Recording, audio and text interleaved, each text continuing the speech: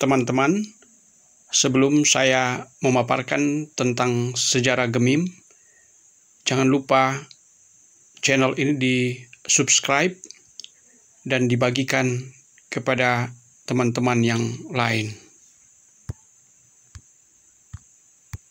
Selamat berjumpa kembali dengan saya di channel Jeffrey Pai.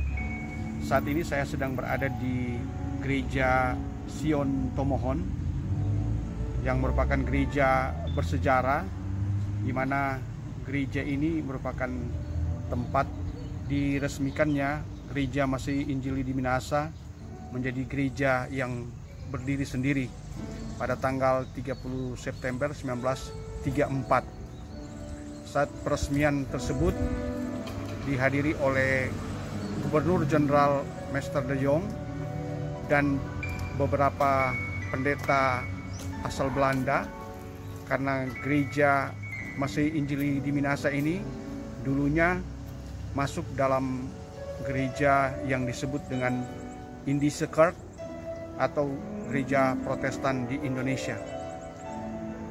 Berikut kami akan menyampaikan latar belakang sejarah berdirinya gereja Masehi Injili di Minahasa mulai dari tahun 1934 sampai pada saat ini.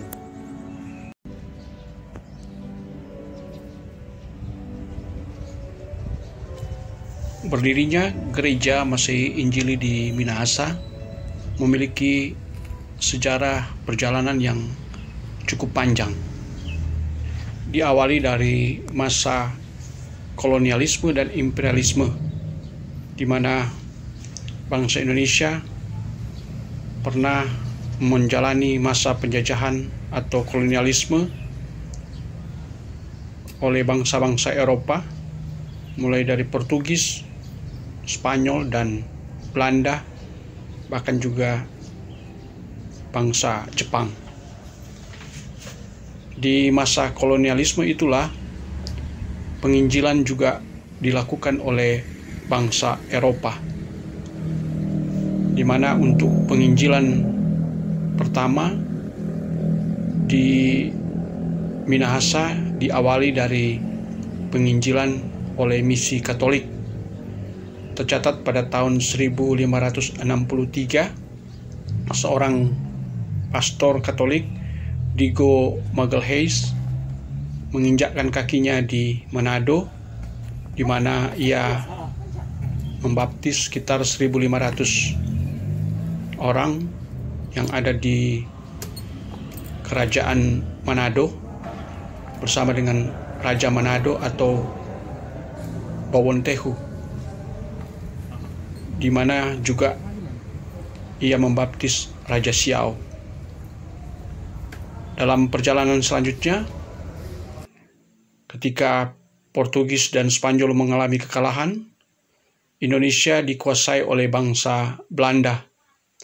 Bangsa Belanda memiliki nuansa Protestan, dan dalam masa kolonialisme Belanda, penginjilan pun dilaksanakan di berbagai tempat di Indonesia, termasuk di tanah Minahasa.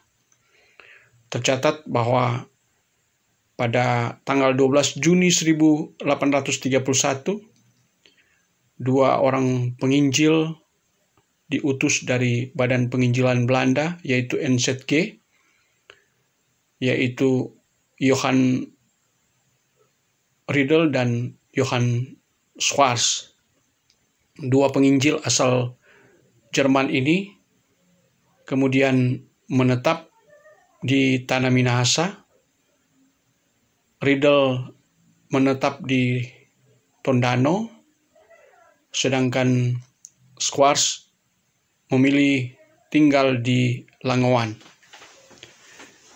Dari kedua penginjil inilah benih-benih Kristen itu bertumbuh pesat di tanah Minahasa. Mereka bukan saja mendirikan gereja, tapi juga sekolah-sekolah. Dan dari penginjilan inilah terbentuklah gereja di Minahasa yang awalnya masuk dalam Indische-Kerk, merupakan gereja negara yang diasuh oleh bangsa Belanda yang ada di Indonesia. Kemudian ketika memasuki era 1930-an, gereja-gereja mulai menyuarakan kemandirian, termasuk di Minahasa, terutama juga karena nilai-nilai nasionalisme yang mulai tumbuh di kalangan bangsa Indonesia. Dan akhirnya di tahun 1934, tepatnya tanggal 30 September 1934, berdirilah GEMIM, di mana sejak tahun 1932 memang sudah ada proto-sinode yang merupakan bakal menjadi pimpinan sinode saat GEMIM berdiri. Dan di saat GEMIM berdiri, dihadiri oleh Gubernur Jenderal Mr.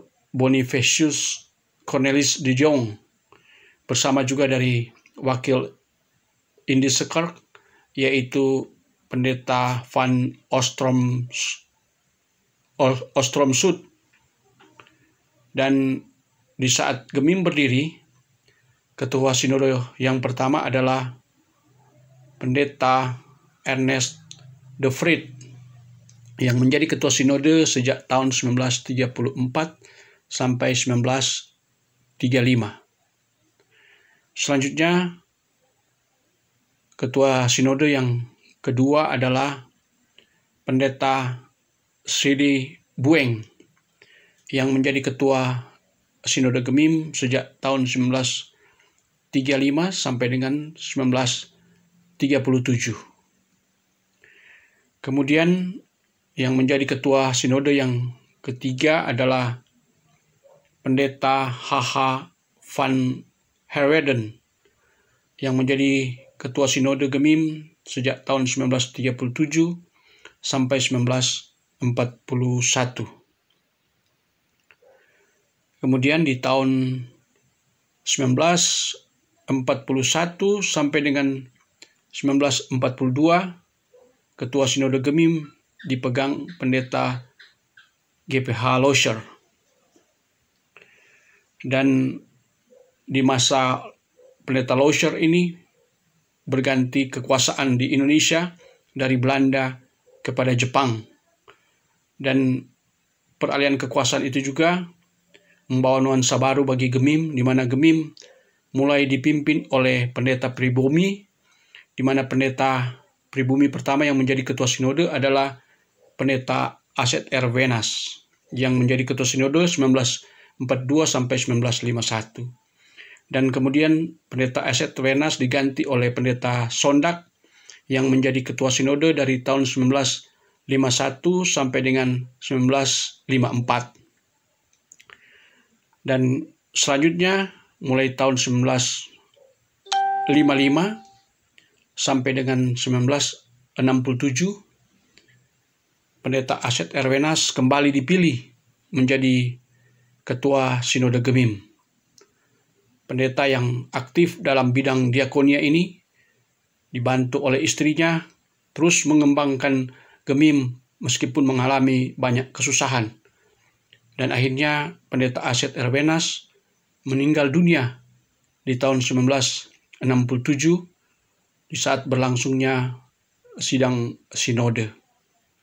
Dengan wafatnya Pendeta Aset R. Wenas, kemudian terpilih menjadi ketua sinode adalah Pendeta Rein Luntungan, yang menjadi ketua sinode sejak tahun 1967 sampai dengan 1979.